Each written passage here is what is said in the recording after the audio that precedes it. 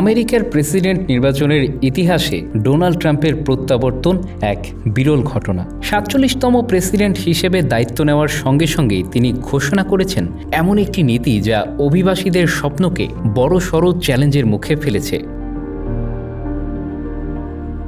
Trump প্রতিশ্রুতি দিয়েছেন জন্মসূত্রে নাগরিকত্ব দেওয়ার নিয়ম বাতিল করবেন। এর ফলে শুধু অবৈধ অভিবাসীরা নয়, বৈধ অভিবাসীরাও এক অনিশ্চয়তার মুখোমুখি। প্রস্তাবিত নীতি অনুযায়ী সন্তানকে আমেরিকান নাগরিকত্ব পেতে হলে পিতামাতার অন্তত একজন হতে হবে মার্কিন নাগরিক বা গ্রিন কার্ডধারী। তবে ভারত থেকে আসা হাজারো পরিবার এই যোগ্যতা পূরণ করতে পারছে না, কারণ কর্মসংস্থান ভিত্তিক গ্রিন কার্ড পাওয়ার প্রক্রিয়া অত্যন্ত ধীরগতি। টাইমস অফ ইন্ডিয়ার প্রতিবেদন অনুযায়ী ২০২৩ সালের মার্চ মাসে কর্মসংস্থান ভিত্তিক গ্রিন কার্ডের ব্যাকলগ ১ মিলিয়ন অতিক্রম করেছে। ফলে ভারতীয়দের ১৩৬ বছর পর্যন্ত অপেক্ষা করতে হতে পারে। বাস্তবতায় এমন অনেকেই আছেন যারা গ্রিন কার্ড পাওয়ার আগেই বার্ধক্য, মৃত্যু বা অন্য কারণেই সুযোগ হারাবেন। ভারতের ৪৮ লাখ অভিবাসীর মধ্যে ১৬ লাখেরও বেশি সন্তান আমেরিকায় জন্মগ্রহণ করেছে, কিন্তু ট্রাম্পের নতুন নীতির অধীনে এদের কেউই নাগরিকত্বের যোগ্য নয়। এই নিষেধাজ্ঞা ভারতীয় অভিবাসী পরিবারগুলোর ভবিষ্যৎ অন্ধকার করে দিচ্ছে। শুধু ভারতীয় না, অন্যান্য দেশের অধিবাসীদের জন্য অভিন্ন নীতিমালা।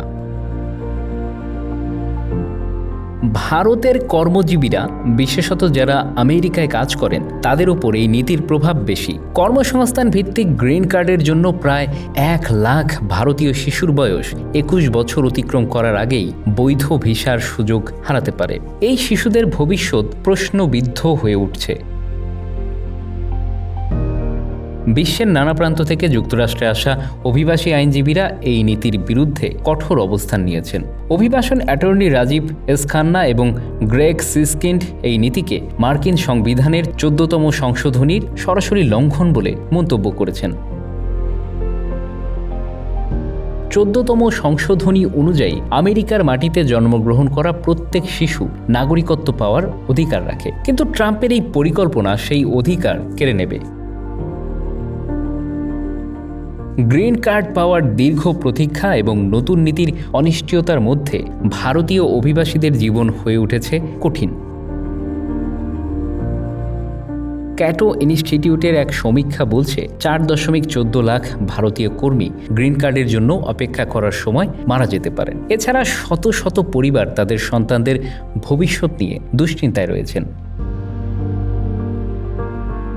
ট্রাম্পের নতুন নীতি শুধু অভিবাসী পরিবারগুলোর জন্যই নয়, বরং আমেরিকার বহুজাতিক সংস্কৃতির জন্য বড় এক আঘাত। জন্মসূত্রে নাগরিকত্বের এই নীতিকে পরিবর্তন করার উদ্যোগ বৈধ ও অবৈধ অভিবাসীদের জন্য এক ধরনের আতঙ্ক তৈরি করেছে।